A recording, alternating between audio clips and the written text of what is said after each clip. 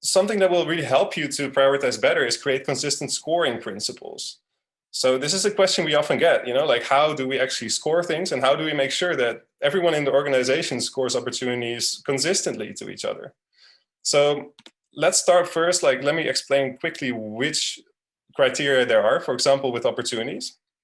So you can rate opportunities on customer value, business value, and effort. And pretty much the same goes for solutions.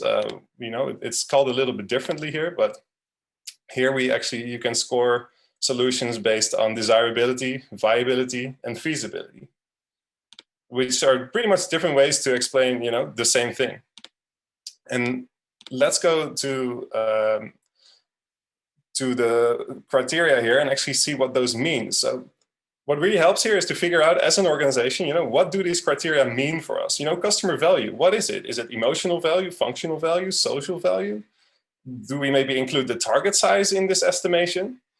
The same goes for business value. Business value can be about cost reduction, like reducing help desk calls, but it can also be about revenue increase. Maybe an opportunity helps you promote to more customers than before. And can also be about risk. Some opportunities might actually carry some risk. Something might go wrong, some PR thing might go wrong, and you might actually lose money. There might be a little bit of risk. That is also business value. And lastly, of course, effort. It's not just about technical stuff, but it can also be about operational, can we shape the organization in a way that we can actually make this happen? Or is it legally allowed?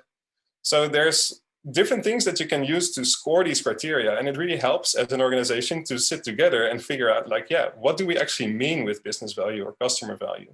And that will probably be different for every branch or different sectors.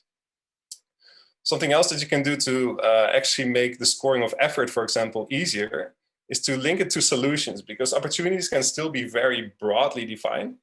But once you link it to solutions, it becomes much more concrete. So here you can see, this improved information overview might be hard to estimate how much effort something will actually take. But here you see, there's some concrete solutions. And when you estimate the effort, you can actually look at the solutions that are linked to an opportunity and just estimate how difficult will these solutions actually be to implement. And actually, when you do that, the result could be something like this. This is HP, and they made a scorecard where they pretty much just list down all the different criteria and how that influences their scoring.